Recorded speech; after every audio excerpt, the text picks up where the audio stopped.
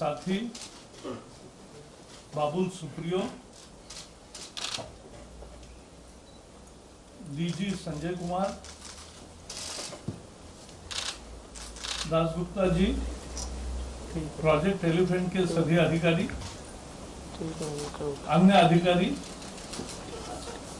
और जो जुड़े हैं लाइव में, और ये दूरदर्शन पर भी लाइव है, बाकी जगह भी लाइव है, इसलिए मैंने सोचा कि यहाँ बैठकर आपसे बात करूं। गणेश की मूर्ति जब भी हम देखते हैं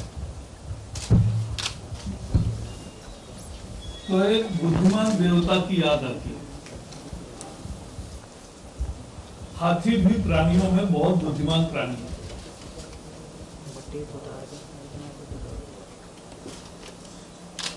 और मुझे अपने देश के संस्कृति का आश्चर्य होता है, गर्व होता है कि लोग प्राणियों को मारते नहीं और मारना अच्छा नहीं मानते और मारना नहीं चाहते। अभी मैंने देखा, सुना न्यूज, ऑस्ट्रेलिया में पानी की किल्लत के चलते हजारों ऊंटों को मारा गया। हमारे देश में ऐसा नहीं होता। एक दिन मैं कोल्हापुर जिले में गया था तो वहां सारे किसान इकट्ठा हुए थे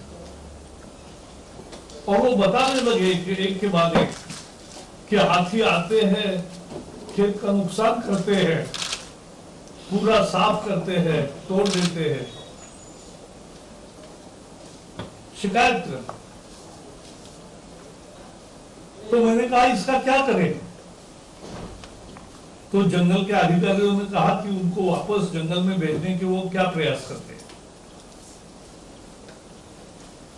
लेकिन मैंने कहा इसका कोई मारते हैं क्या? तो किसानों ने कहा नहीं सर, मारना नहीं चाहिए। तो मैंने कहा फिर क्या करना चाहिए? तो उन्होंने कहा सर, अगर जंगल में पानी और खाद्य मिला तो वो बाहर क्यों आएंगे? और एक जो किसानों ने ये सूत्र समझाया, उसके आधार पर हमने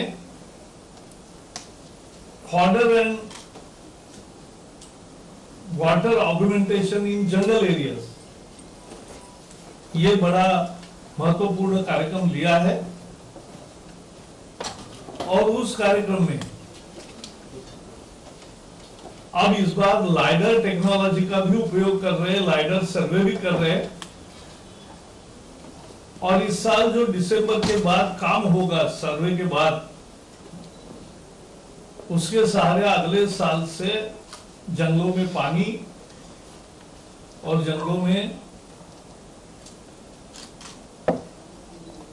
घास और खाद्य बहुत अच्छे मात्रा में पैदा होगा, ये मुझे पूरा विश्वास है। तो ये देश प्राणियों पर प्रेम करता है, प्राणियों को अपना समझता है, प्राणियों की पूजा भी करता है, पेड़ों की पूजा करता है, प्रकृति को अपने साथ मानता है। और इसलिए हमने देखा दुनिया में भारत के पास दुनिया की केवल 2.5% जमीन है, केवल 4% बारिश है, और जनसंख्या तो दुनिया की 16% भारत में है। 16% पशुओं की संख्या भी दुनिया की भारत में ही है। और दोनों को खाना भी लगता है, जमीन भी लगता है, पानी भी लगता है। फिर भी मैडम यहां बैठी है तो 808% बायोडाइवर्सिटी, हमारे देश में जीव विविधता दुनिया की यहां है। ये इस देश के लोगों ने जो प्रकृति को अपना माना, उसका उदाहरण है, उसका परिणाम है। और इसलिए ह्यूमन एनिमल कॉन्फ्लिक्ट न हो, उसके सीधे सीधे उपाय भी होते हैं। मैं काजीरंगा गया, काजीरंगा में एक नियत स्थान से हाथी 1 या 2 बार दिन में क्रॉस करते हैं सड़क को। कभी कभी एक्सीडेंट होते थे, रात में खासकर। तो उसमें 2 उपाय थे। एक था जो अधिकारियों ने तुरंत एक प्लान बनाया कि सर एक 10 किलोमीटर का फ्लाईओवर लाएंगे, तो उसको 2000 करोड़ रुपए लगेंगे, कैसे कर सकते हैं? तो ऐसे उपाय मत बनाओ कि जो फिजिबल नहीं है। तो हमने दूसरे अधिकारियों ने चर्चा की, साइंटिस्ट भी थे, उन्होंने बताया कि अगर सिग्नलिंग करेंगे कि सेंसर से हाथी की मूवमेंट का पता करके अगर रोड पर वो जो रेलवे के सिग्नल जैसे मैन गेट पर पड़ते हैं वैसे सिग्नल पड़ेंगे, तो बीच में से हाथी जाएंगे, बाकी यातायात रुकेगी। और वो हमने शुरू किया और सफल रहा। तो ये कर सकते हैं। एनिमल ह्यूमन कॉन्फ्लिक्ट टालने के भी ये अनेक उपाय हैं। लेकिन जो मनुष्यों की हानि होती है वो भी टालने के लिए प्रशिक्षण की भी जरूरत है, और वो ज्यादा रूप से हमारे लोग और फॉरेस्ट विभाग के लोग देंगे। क्योंकि आप फॉरेस्ट के बाहर न जाने के लिए कितनी भी उसको हर्डल्स तैयार करो आप हाथी को, अगर उसको जाना है तो वो जाएगा। एक बुद्धिमान प्राणी है, वो समझता है क्या ये है, बीच में जो खड़ा किया है वो क्या है, और उसको टाल देता है। तो इसलिए हाथी एक हमारा वैभव है। और देखो भारत कैसा है, दुनिया के 77% बाघ भारत में, और दुनिया के एशियन लाइफेंट्स, एशियन एलिफेंट्स में 60% भारत में। तो इतनी विविधता और इतने कंस्ट्रेंट्स के बावजूद भी जो है, मुझे लगता है दुनिया एलिफेंट डे, टाइगर डे ऐसे डे करती है। भारत में पूरा वर्ष ही एलिफेंट का है, पूरा वर्ष सृष्टि का होता है, पूरा वर्ष प्राणियों का होता है। मनुष्य और प्राणी एक साथ रहते हैं, इतने सालों से रहकर आए हैं, और उससे चराचर सृष्टि बहुत अच्छी रहती है। पता है आपको कि हाथी 150 किलो खाता है रोज।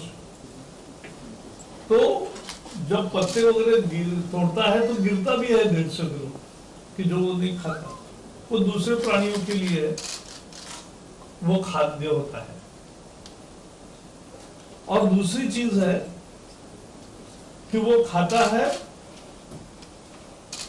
उसके विष्ठा से जो खाद मिलता है जमीन को, वो भी बेहद जमीन को फर्टाइल बनाने के लिए काम आता है। तो ये एक दूसरे की मदद से सृष्टि आगे चलती है। तो आज इस विश्व का एलिफेंट का लोग आज दिवस मनाते हैं, तो हमने भी सोचा कि इसका करें। और जिस तरह से पोर्टल और ये रिपोर्ट लाया है, best practices of human elephant conflict management, ये मुझे लगता है बेहद महत्वपूर्ण है। क्योंकि केवल लोगों को पैसे देकर उनके क्रॉप के नुकसान का या उनके जान माल के नुकसान का केवल उपाय नहीं है। उपाय ज्यादा रोबस्ट ट्रेनिंग और जंगलों में ज्यादा पानी और घास और बांबू और बाकी सारे तैयार करना खाद्य, ये उसका उपाय है और वो हम करने के लिए प्रतिबद्ध है। इतना ही आज के दिन पर मैं कहूँगा। सबको बहुत बहुत धन्यवाद। Thank you, sir, for stressing on the importance of habitat and further augmentation and water development and the use of technologies to manage elephants in our country. Now I request our Inspector General of Forest Project Elephant Division, Mr. Don Thomas, to kindly give a small token of memento to Mr. Soumitra Dasgupta, Additional Director of General of Wildlife, to kindly deliver a memento to our Honorable Minister of Environment, Forest and Climate Change.